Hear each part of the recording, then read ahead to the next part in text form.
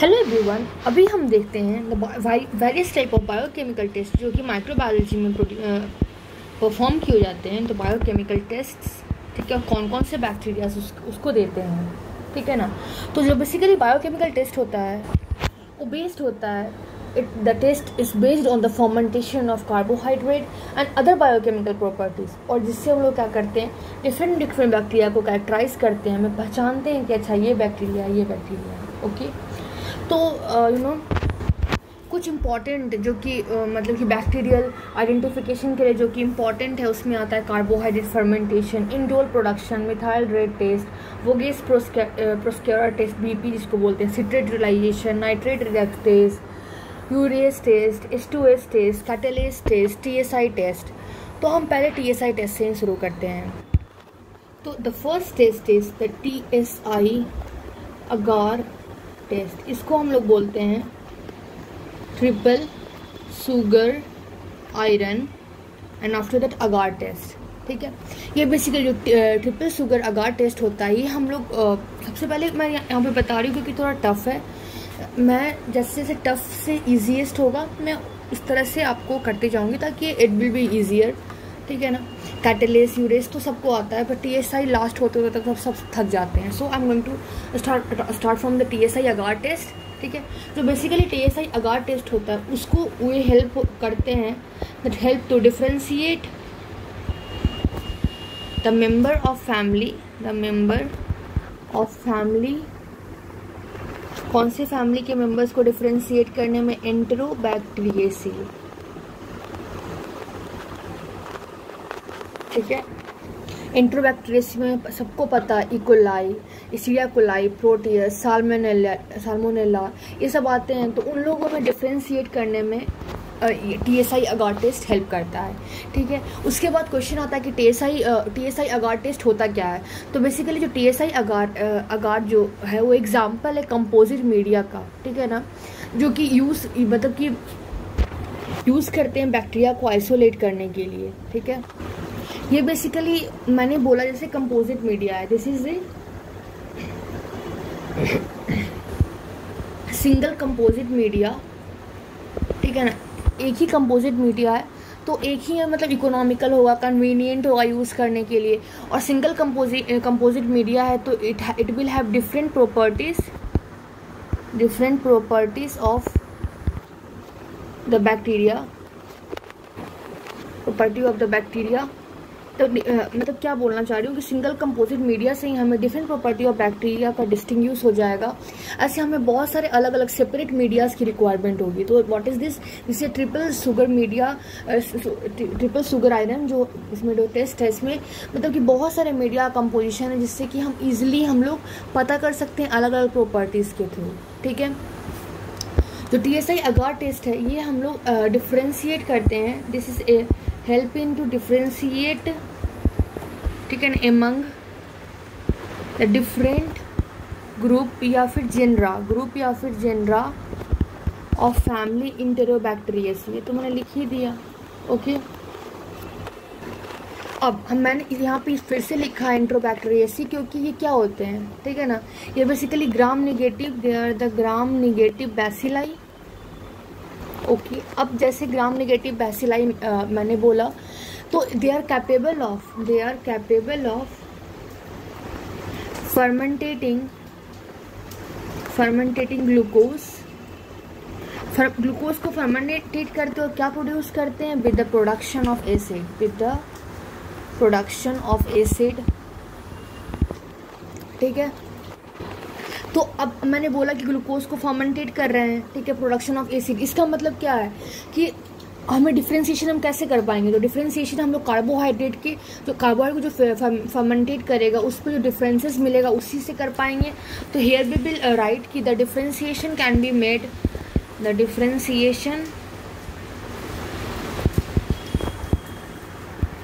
Made on the basis of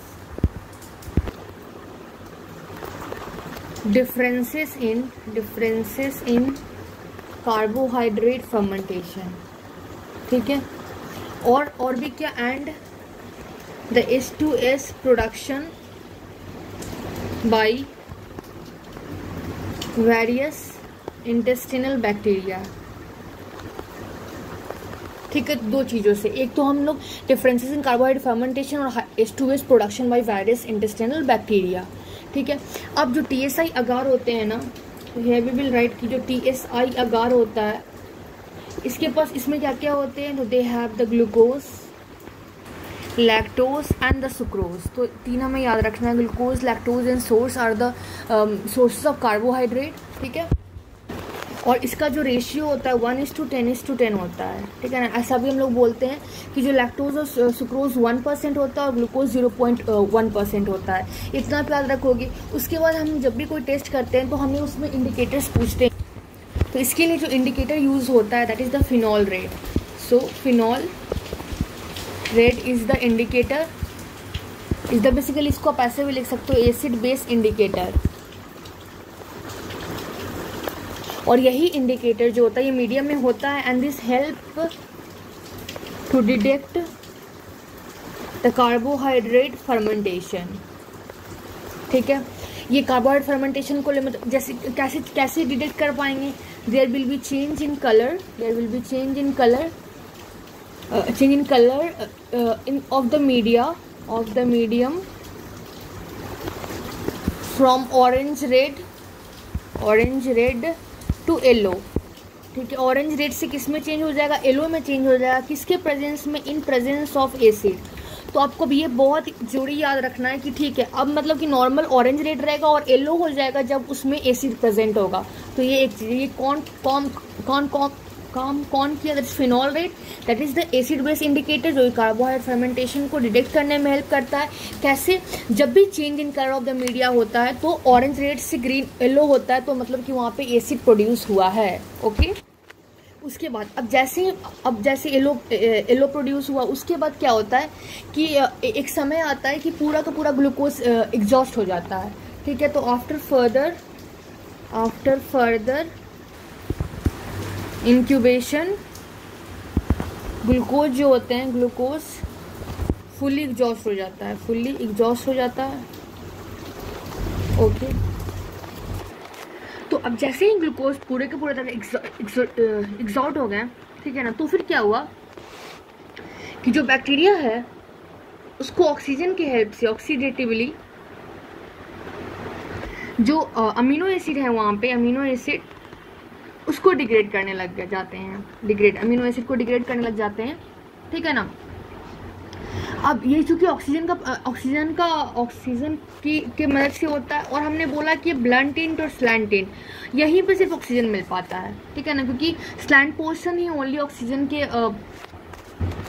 contact में होता है। तो वहाँ पे हम अब ये देखेंगे कि जो ऑक्सीडेटिव ऑक्सीजन जो है, oxygen that is present only at slant portion. ठीक है, तो जिससे क्या हुआ, ऑक्सीडेटिव डिग्रेडेशन वहीं पे हुआ, ऑक्सीडेटिव डिग्रेडेशन अकर्ड देयर। अब यहाँ पे जो ऑक्सीडेटिव डिग्रेडेशन हुआ, तो यहाँ पे ये अल्केली प्रोडक्ट बनाता है। तो फिर यहाँ पे अब डिफरेंशिएशन आ गया कि ठीक है, अल्केली प्रोडक्ट बन गया। ठीक है, तो फिर से क्या हो जाएगा, जो स्लैंट वाला पोर्शन है वो रेड कलर में चेंज हो जाएगा, रेड कलर में। ठीक है, और जो डीपर पार्ट ऑफ ट्यूब है, वहाँ पे अमीनो एसिड डिग्रेडेशन होगा नहीं। ठीक है, उतना बनेगा ही नहीं, तो एसिड जो बना हुआ था वो बना हुआ ही रहेगा। तो फिर जो यहाँ पे येलो कलर था वो येलो कलर ही रहेगा। ठीक है, नीचे वाले पोर्शन में। अब उसके बाद अगर TSI मीडिया अगर उस TSI मीडिया में हमने एक और चीज़ डाला है, that is the lactose fermenting organism अगर हमने डाला है, तो जैसे ग्लूकोज तो पूरा का पूरा यूज अप हो जाएगा 8 to 12 आवर में, लेकिन फर्मेंटेशन कंटिन्यू होगा, क्यों, as organism is able to use the lactose.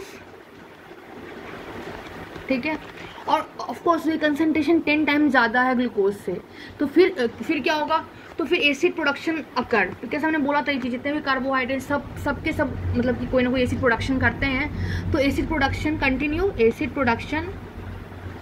Continue to अकर।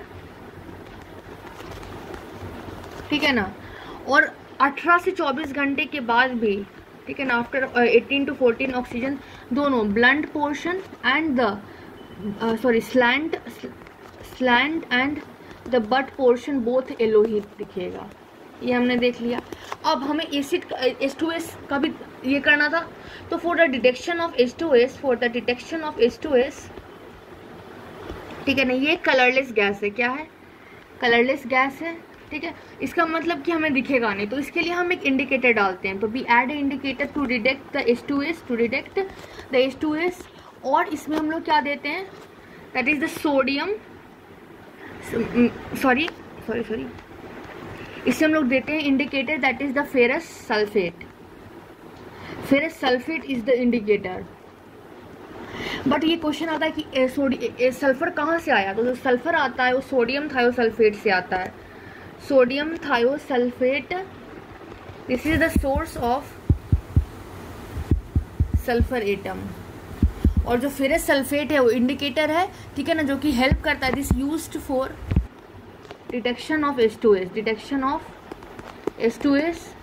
और ये कैसे हमें दिखता है, इंडिकेटेड है by, this is indicated by production of insoluble होता है, और कैसा होता है, ब्लैक प्रेसिपिटेट होता है। ये आपको याद रखना है कि इंसोल्यूबल होता है और ब्लैक प्रेसिपिटेट होता है, ठीक है। फिर इसमें हम लोग कौन कौन से ऑर्गेनिज्म कल्चर करेंगे, जैसे इकोलाई, प्रोटियस, क्लेप्सिल्ला, ये सब भी, ठीक है। अब हम इसके प्रोसीजर क्या होता है, ठीक है ना, हम स्टेराइल टेक्निक यूज़ करते हैं। जो बैक्टीरियल कॉलोनी है उसको हम लोग इनकॉबुलेट करते हैं 18 से 24 घंटे में, तभी ना हमें उसका रिजल्ट दिखेगा। फिर हमें ऑब्जर्वेशन करना, तो ऑब्जर्वेशन में हम स्लंट एंड और बट एंड हम लोग 18 से 24 घंटे के इनक्यूबेशन के बाद देखते हैं, और हम लोग ब्लैक प्रेसिपिटेट भी देखते हैं H2S का, ठीक है। तो हम रिजल्ट्स लिख देते हैं, और एक diagram I am going to show you. पहले हम लिख देते हैं रिजल्ट्स में अगर आप देखोगे तो सबसे पहले हम यहाँ देखते हैं अल्कलाइंस। अच्छा अल्कलाइन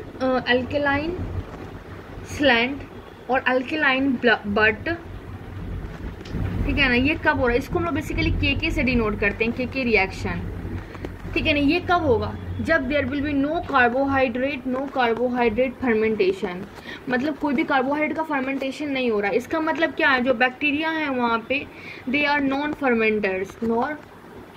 फर्मेंटर्स एंड इसका एग्जाम्पल्स अगर आप देखते हो तो example will be Pseudomonas aeruginosa. उसके बाद सेकेंड इसमें आता है एक अल्कलाइन स्लैंट होता है बट एसिडिक बट होता है, इसको आप लोग बोलते हैं के रिएक्शन। क्या बोलते हैं, के reaction, alkaline slant and acidic but. इसका मतलब क्या हुआ कि जो ग्लूकोज है, स्लैंट अल्कलाइन है, ग्लूकोज जो है फर्मेंटेट कर गया है, ग्लूकोज इज फर्मेंटेटेड, ठीक है, but the lactose and sucrose is not fermenter, ठीक है। इसका मतलब क्या होता है कि जो लैक्टोज है, जो organism is non lactose fermenter. And इसका एग्जाम्पल्स अगर आप देखते हो, example that will be the vibrio and shigella. ये आपको लगा कैसे मैं बोल रही हूँ, जैसे आप देखो कि जैसे अगर ये टेस्ट ट्यूब है, सबसे पहले चूंकि ग्लूकोज प्रेजेंट था, ये भी एसिडिक हो गया, ये भी एसिडिक हो गया, ठीक है, एसिडिक एंड एसिडिक, ठीक है। अब क्या हुआ, ये तो पक्का है कि यहाँ पे ऑक्सीजन मिलेगा, ठीक है ना। तो जो वहाँ पे जो ऑक्सीडेटिव, जो मैंने बोला था कि जो ऑक्सीडेटिव रिएक्शंस होंगे, ठीक है ना, ऑक्सीडेटिव रिएक्शन तो यहाँ पे होगा क्योंकि ऑक्सीजन से यहाँ पे एक्सपोजर हो रहा है, तो यहाँ पे जो अमीनो एसिड है वो डिग्रेड करेगा। तो जब डिग्रेड करेगा ऑक्सीजन के प्रेजेंस में जो प्रोटीन होगा, तो that will change to alkaline, ठीक है, एल्केलाइन। तो एल्केलाइन स्लैंट हो गया। इसका मतलब कि ये यहाँ पे ग्लूकोज था, ठीक है। अब ये 8 आप, लेकिन जो एसिडिक कंटेंट था, यहाँ पे एसिडिक कंटेंट अगर ग्लूकोज प्रेजेंट होगा तो 8 घंटे के लिए होगा, ठीक है। तो 8 घंटे तक ये हमें येलो दिखेगा, ओके। और फिर 8 घंटे के बाद ये चेंज हो जाता है, ठीक है ना। जबकि अगर लैक्टोज प्रेजेंट होता, अगर सुक्रोज प्रेजेंट होता तो 8 घंटे नहीं, 18 से 24 घंटे तक 24 घंटे के बाद भी ये दोनों येलो दिखता। तो it is the meaning of alkaline slant and acidic but, that is called के रिएक्शन। ठीक है, ये हमने दूसरा देख लिया। और इसके एग्जांपल्स कौन कौन से हो जाएंगे, that is very non lactose fermented, इसमें आ जाएगा सिगेला एंड विब्रियो, सिगेला एंड विब्रियो। ठीक है, अब आप थर्ड देखो, थर्ड में होगा alkaline slant and acidic but. ठीक है, उसके बाद हो जाएगा ब्लैक पीपीटी ऑफ H2S, इसमें होगा के reaction and positive for H2S।